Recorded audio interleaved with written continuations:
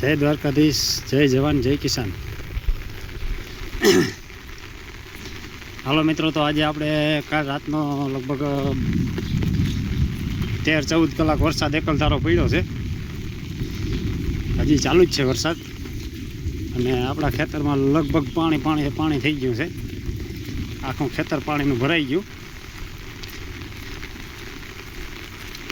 મિત્રો, હજી ત્યાં વરસાદની શરૂઆત નથી થઈ, છતાં આ કુદરતના હાથની આપણે ઠપાટ પડવી ચાલુ થઈ ગઈ છે.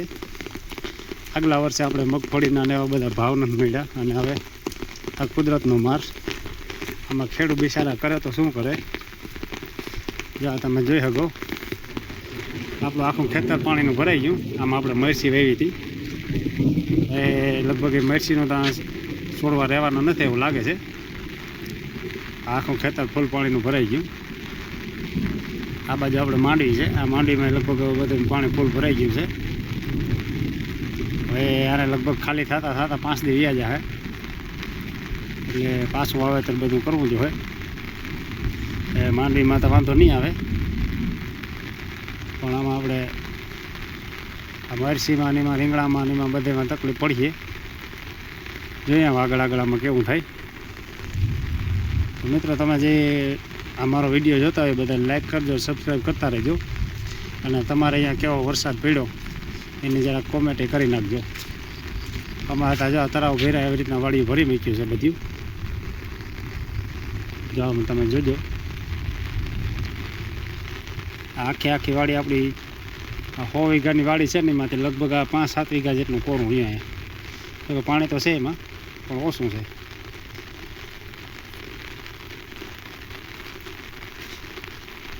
આ બધું ગરકાગુજ થઈ ગયું છે.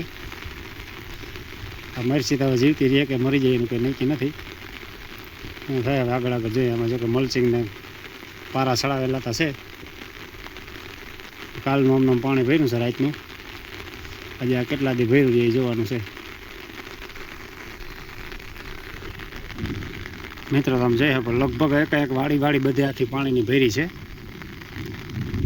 ફૂલ પાણી ભરાઈ ગયું છે. અને નિકાલ હવે અમારે અહીં પાણીનો બહુ છે ને, લગભગ અને 5-7 દી અઠવાડિયું નીકળતા થઈ જાય એટલું પાણી ભરી દીધું. એ ઓલે એટલે હેઠે તો લગભગ કડકડ હામાનું પાણી હશે. આ આપણે ઉપરના હેઠે છે, અને આ લગભગ આખું તળાવ ભર્યું ને એવું લાગે. 2-2 ફૂટ પાણી ભરાઈ ગયું છે. એથી આગળની વાડી એ બધી તમે જોવો, તમે આમ બધી લગભગ પાણીથી ફૂલ ભરી દીધું છે. આ બાજુ ને આ બાજુ. આજે લગભગ કાલે 8 વાગ્યાનું, સાંજે 8 વાગ્યાનું મંડાણું. અટાણા સુધીનું આપણે અત્યાર સુધી લગભગ બંધ જ નથી થયો. અટાણે 2:45 વાગ્યા છે. પોર હાઈટમમાંથી વરસાદ થયો ને તો એટલું પાણી ભરાણું હતું. એ એટલું નહોતું ભરાણું, એ આથી ઓછું હતું. આ પાણી અહીંથી જ હજુ વધારે છે, ઘણું વધારે પાણી છે એનાથી આ. અને મિત્રો, ખેડૂત જાય તો જાય ક્યાં બિચારા. એક બાજુ વેપારીનો માર, એક બાજુ કુદરતનો માર.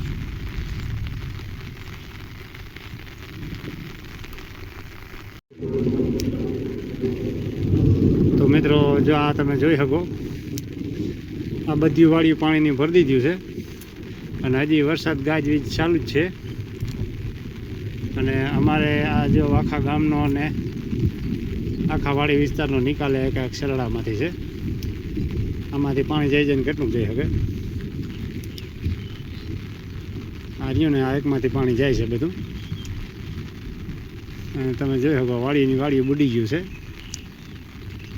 ગઈ સાલ આપણે જે હાઈતમાથે વરસાદ આવ્યો હતો ને, એ એટલો નહોતો. જો સામેના મકાન રહ્યા ને, એમાં પોર પાણી પીગું નહોતું.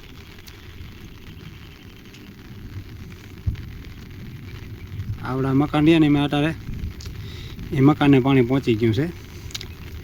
ગઈ સાલ હાઈતમમાંથી પાણી ભરાણું હતું, પણ તેથી એટલો વરસાદ નહોતો પડ્યો, અને ત્યાં પાણી નહોતું પીગું. અને અવાર તો અહીંયા મકાને લગભગ પાણી પોગી ગયું છે.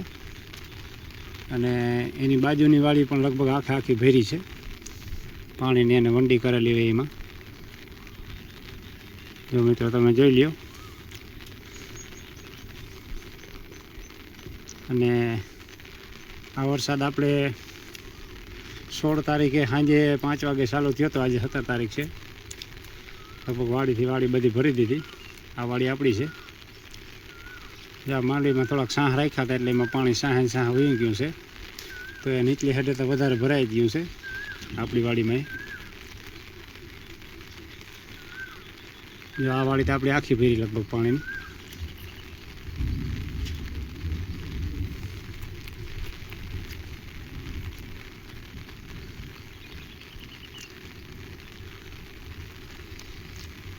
અને આ ઓલો ઉનાળામાં વરસાદ આવ્યો ને ત્યારે વીજળી પડી હતી આ લીમડામાંથી. એક ડાયર સુકાઈ ગઈ છે. આજે રાતે પણ એકવાર વીજળી આવી હતી. હવે કેટલી નુકસાની આવે લાઇટ આવે પછી ખબર પડે. અને મિત્રો આ રહ્યું આપણું ટ્રેક્ટર છે.